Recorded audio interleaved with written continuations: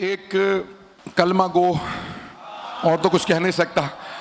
آج کل تو ہر جگہ سنا جا رہا ہے, مجھے خود بھی پریشان ہوا ہے, کاش اتنے لوگ نہ سن رہے ہوتے, انہی لوگوں کو سناتا جو سامنے ہے.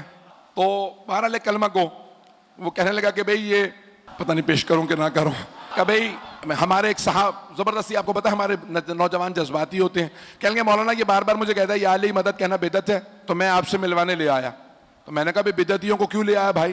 تو کہنے لگا یا علی مدد کہنا بدعت ہے. میں نے کہا بیٹا آپ بحث غلط کر رہے ہیں. تو کہنے لگا کیوں؟ میں نے کہا یا علی مدد بحث ہی نہ کرو, کہو یا محمد مدد. تو کہنے لگا اس سے کیا فائدہ ہوگا؟ میں نے کہا دوسرے مسلمان بھی ساتھ کھڑے ہوں گے. تو میں نے اس کلمہ گو سے کہا, کلمہ گوئی کہوں گا, میں نے کہا بھئی یا محمد مدد جائز ہے؟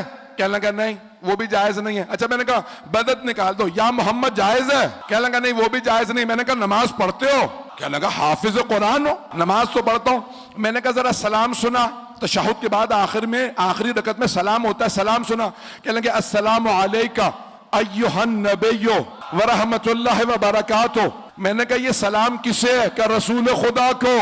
توجہ, میں نے کہا اس میں کہہ رہے ہو اے نبی یا محمد آپ پہ سلام ہو. اگر یا محمد بدعت ہوتا تو نماز میں کیوں ہوتا؟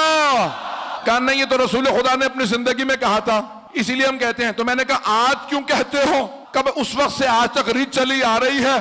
میں نے کہا جرت ہے تو نماز سے نکال دے سلام. کہا نہیں نماز باطل ہو جائے گی اگر نماز یا محمد کے بغیر مکمل نہیں, کلمہ محمد رسول اللہ کے بغیر مکمل نہیں. اشہد ان محمدن عبدہ و رسولہ, میں گواہی دیتا, توجہ ہے بھائی یقین مانے گلے میں طاقت نہیں نہ سینے میں طاقت ہے, میں گواہی دیتا ہوں محمد اللہ کے بندے اور رسول ہیں, تھے نہیں. اگر کوئی کہنا تھے وہ گیا اسلام سے. کہنا پڑتا ہے محمد اللہ کے بندے رسول ہیں. پیغمبر نے بھی یہی پڑھا.